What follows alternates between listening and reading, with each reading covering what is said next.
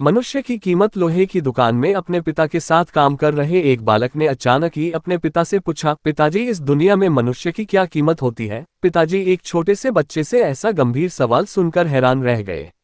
फिर वे बोले, बेटे, एक मनुष्य की कीमत आंकना बहुत मुश्किल है, वो तो अनमोल है। बालक, क्या सभी उतना ही कीमती और महत्वपूर्ण है? पिताजी, हाँ बेटे। बालक कुछ समझा नहीं। उसने फिर सवाल किया, तो फिर इस दुनिया में कोई गरीब तो कोई अमीर क्यों है? किसी की कम रिस्पेक्ट तो किसी की ज्यादा क्यों होती है? सवाल सुनकर पिताजी कुछ देर तक शांत रहे और फिर बालक से स्टोर रूम में पड़ा एक लोहे का रॉड लाने को कहा।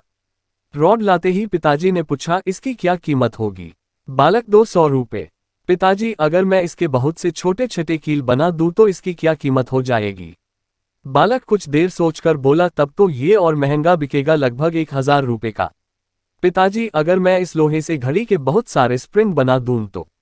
बालक कुछ देर गणना करता रहा और फिर एकदम से उत्साहित होकर बोला, तब तो इसकी कीमत बहुत ज्यादा हो जाएगी।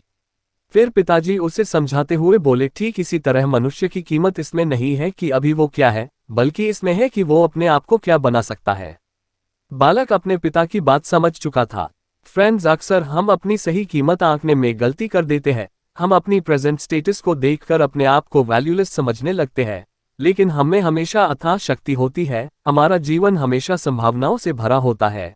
हमारी जीवन में कई बार स्थितियां अच्छी नहीं होती है, पर इससे हमारी वैल्यू कम नहीं होती है। मनुष्य के रूप में हमारा जन्म इस दुनिया में हुआ है, इसका मतलब है हम बहुत स्पेशल और इम्पोर्टेंट हैं।